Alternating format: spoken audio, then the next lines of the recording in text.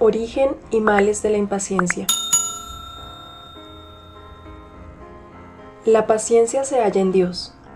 Así la impaciencia, su enemiga, es concebida y nace de nuestro enemigo.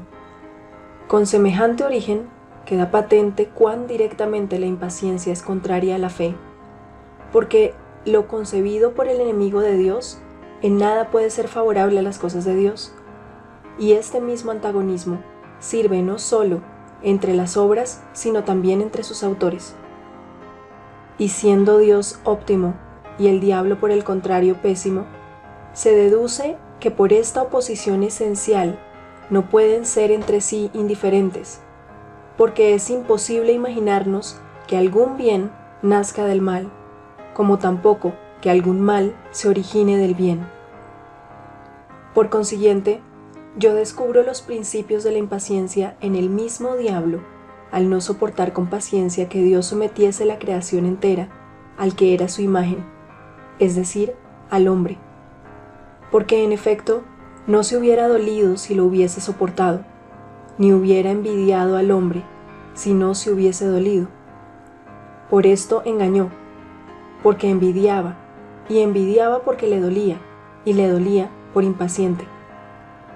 No me preocupa averiguar si este ángel de perdición haya sido primero malo o impaciente, siendo evidente que la impaciencia nace con la maldad, y la maldad viene de la impaciencia. Y luego, coligadas entre sí e indisolubles, crecen en el regazo mismo de su padre. Y como éste ya desde el principio conocía por dónde entraba el pecado, e instruido por propia experiencia sobre lo que más ayuda a delinquir, llamó a la impaciencia en su ayuda para poder arrojar al hombre al crimen.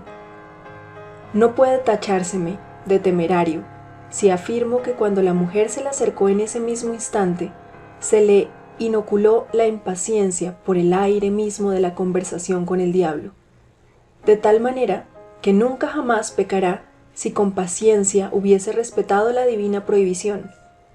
Después, no soportando ella sola su caída, impaciente por hablar, acércase a Adán, que no siendo todavía su marido, no tenía obligación de atenderla, y así lo convierte en transmisor de una culpa que ella había sacado del mal. De este modo perece Adán por la impaciencia de Eva, luego perece él mismo por culpa de su propia impaciencia, pues en cuanto al mandato divino, no lo guardó, y en cuanto a la tentación diabólica, no la rechazó. Así, donde nació el delito, surgió la primera sentencia, y cuando comenzó el pecado del hombre, entonces aparece la justicia de Dios. Además, con la primera indignación de Dios, revélase también su primera paciencia, pues suavizó la violencia del castigo, maldiciendo tan solo al diablo. Y fuera de este delito de impaciencia, ¿qué otro crimen había cometido el primer hombre? Era inocente, íntimo de Dios, moraba en el paraíso, pero no bien cedió a la impaciencia. Pierde la sabiduría divina y la capacidad de gozar de los bienes celestiales. Desde entonces, es condenado a trabajar la tierra y desterrado de la presencia de Dios. Comenzó a ser dominado fácilmente por la impaciencia y así por todos los demás, con que luego seguiría ofendiendo a Dios, porque no bien fue concebido este germen diabólico y fecundado por la maldad, procreó una hija, la ira, que ya nació amaestrada en toda clase de maldades. De este modo, la impaciencia que había sumergido a Adán y a Eva en la muerte, también enseñó a su hijo Caín cómo ser homicida. En vano atribuiría yo todo esto a la impaciencia, si Caín, el primer homicida y primer fratricida, hubiese soportado pacientemente el justo rechazo de sus ofrendas, si no hubiese encolerizado contra su hermano, si finalmente a nadie hubiese matado, porque ciertamente sin ira no habría matado, ni sin impaciencia se hubiese airado, lo cual prueba que la ira realizó lo que la impaciencia había planeado. Estos son en verdad los principios de la impaciencia, todavía niña, aún en la cuna. Después, cuánto horror con su rápido crecimiento, porque si la impaciencia fue la primera en delinquir, se sigue que ella no solo fue la primera, sino también la única madre de todos los delitos. Como de su fuente, arrancan de ella los distintos canales de toda clase de crímenes. Ya hablé del homicidio, el primero de los cuales lo ejecutó la ira. Sin embargo, tanto este como los demás pecados que siguieron después tienen por causa y origen a la impaciencia. A quien comete homicidio, hágalo por enemistad o por robo, antes que el odio o la avaricia, lo impulsó la impaciencia. Ninguna violencia existe que no sea fruto maduro de la impaciencia. ¿Quién se hubiera insinuado hasta el adulterio si no hubiese sido impacientado por la lujuria? ¿Qué empuja a las mujeres a la venta de su honestidad, sino la impaciencia de conseguir el precio de la propia explotación?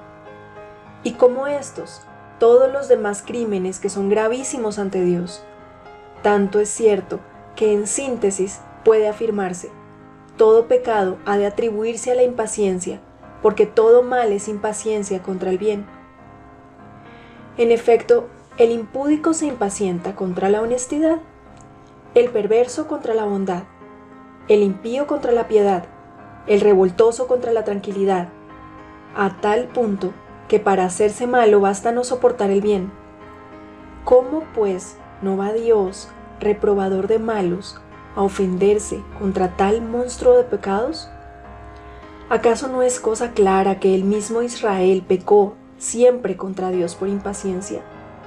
¿No fue por esto que, olvidándose del divino poder que lo sacará de Egipto, exige de Aarón dioses conductores, ofreciendo para la fabricación de un ídolo la contribución de su oro? ¿Y acaso no tomó como impaciencia las tan necesarias demoras de Moisés que hablaba con Dios? ¿No es esto mismo pueblo que, después de la nutridora lluvia del maná, después de la seguidora agua de la piedra, todavía desespera del Señor y no puede tolerar la sed de 3 días? Esta impaciencia le fue reprochada por Dios. No es necesario discurrir sobre cada uno de los demás cosas, pues siempre pecaron por impaciencia. ¿Por qué maltrataron a los profetas, sino por la impaciencia de tener que oírlos? Aún el mismo Señor, ¿no fue por la impaciencia de tenerlo que ver? Se hubieran salvado de haber sido pacientes.